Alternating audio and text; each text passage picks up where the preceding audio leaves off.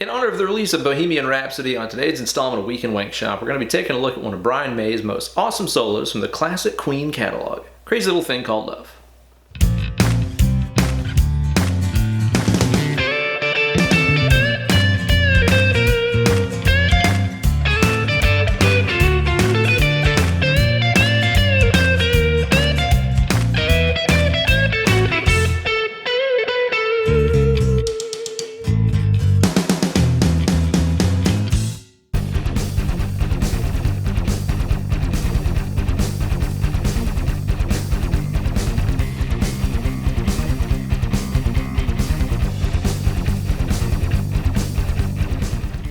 Hey there kids, and welcome to this week's installment of Week in Wankshop with your best buddy, Uncle Ben. You know, considering the great success that the movie Bohemian Rhapsody is having, I figured it'd be a perfect time to explore some Queen here on Week in Wankshop. And what better place to start than Brian May's awesome solo on Crazy Little Thing Called Love, which has always been one of my favorites of his. It's got a sassy rockabilly flavor to it. It's not too hard, it's pretty short. I actually haven't had time to check out the movie yet, but I keep hearing nothing but good about it, despite the fact that it apparently takes some liberties with the actual story, but it's a movie, what do you expect?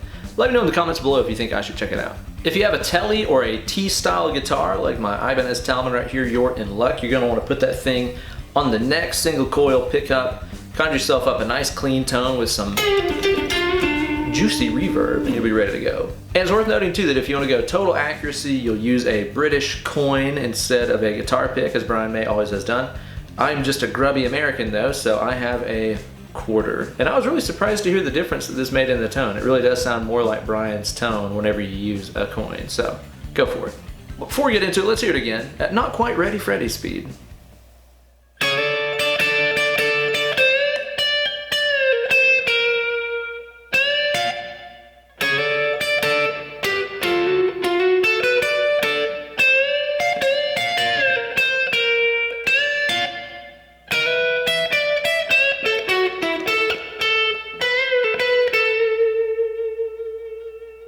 And as always, you guys can find a full tab over on my Instagram page at Ben Eller Guitars. Give me a follow over there, find the tab for this week's lesson, then upload a video of yourself, shredding through it, along with the hashtag Weekend Wankshop. Okay, to start with, play your top two strings here, the E and B, on fret number 9 and slide into fret 10. After this, you're going to strum those two strings a couple times. So you'll notice I did the initial down strum and slide, and then up, down, up, down, up. It's important to kind of have that swing whenever you play this. Down, up, down, up, down, up. After this, you're going to play the 13 on the B and give it a whole step bend. Pick it again, and let it down, and then do a pull off to 11. So that's a bend, pick again, let it down, pull off. Okay? I could have sworn from memory that he played like 3 bends in a row like that. But, you know, once again, thank God for isolated guitar tracks here on YouTube. I listened to the original really closely, and it doesn't sound like he rebends it like that. I could have sworn, though. Maybe this is one of those Mandela effect things, right? So now you have this.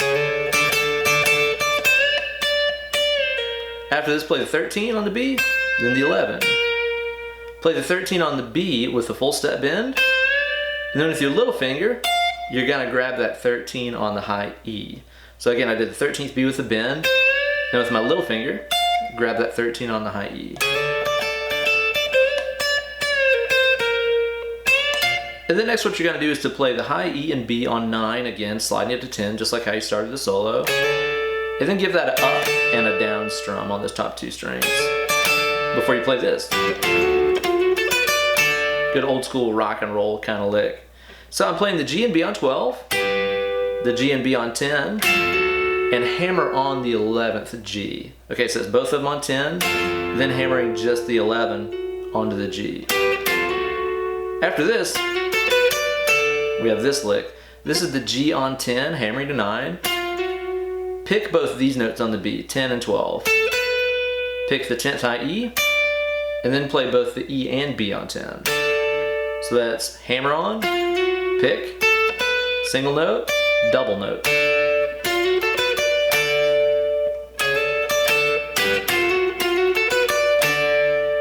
After this, we're going to have a section where we bend that 13th fret B string and use the 13th high E a couple times. So this is me grabbing the 13 on the B, whole step bend. Use your little finger to grab the 13th high E, Do that lick again. And then what you gotta do is to pick that held bend on your B and let it down. Pull off to 11, 13, 11. Okay, so that was, so 2 rebends there. 1 bend, 2 bend, then let it down. And then follow this with another sassy one like that. You gotta play that 13th B, whole step bend, 13th high E. So that's pretty much all right there in that turf. Okay. Then you have your last lick.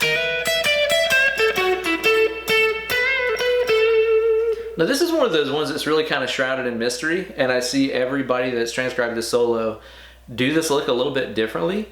If you watch any live videos of Queen, I watched like a million different live videos earlier today, he never plays this lick live. He plays like a different lick every time. Sometimes some kind of like a unison bend kind of thing instead. So it's really kind of hard to say. I just kind of followed my ears here and tried to follow what was matching the timbre of what he does. Because this fingering I'm going to show you doesn't really make much sense. It's not very economical, but it seems to match tonally with what's on the record. I don't know, I've been in a million studio situations where I end up playing something in a really illogical way on an album just because the guitar is intonating better that way, or the tone is more even or something like that. This might be one of those cases. So again, you know, I'll show you different ways to finger it and stuff too that make a little bit more sense, but just following my ears here. Now how we're going to play that last lick is to start off on the 11th fret on the B and E strings, slide to 12, then hit those with an up strum again. Then you have this lick. This is one with theological fingering. I'll show you 2 different ways to do it. So I'm playing the 15th B, 12th high E, 13th B with like a quarter step bend. Not much, just enough to make it sound like the notes getting yanked a little bit. And then you're gonna play the G string here. You're gonna play 14, 11, and 9. Now that last note, the 9th fret on the G string, you could also play that note on the 14th fret D. It makes a lot more sense to play it right there. Because it keeps you in that position, you know? Either way, like I said, it doesn't sound as record accurate to me to put it there, but it makes a hell of a lot more sense fingering wise. So either way, or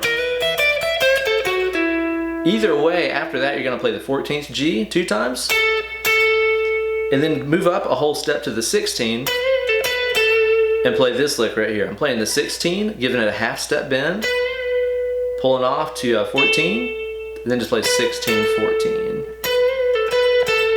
Don't do that bend too fast. Doesn't sound right. You gotta really try to get 1, 2, 3, 4 notes out right there. And that's the end of the solo. So the whole thing all together, you got your double stops here on 9, slide to 10, your non-rebent part,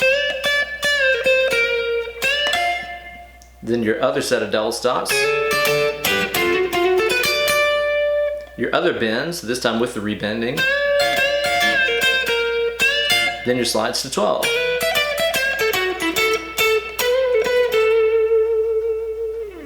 And that's about it.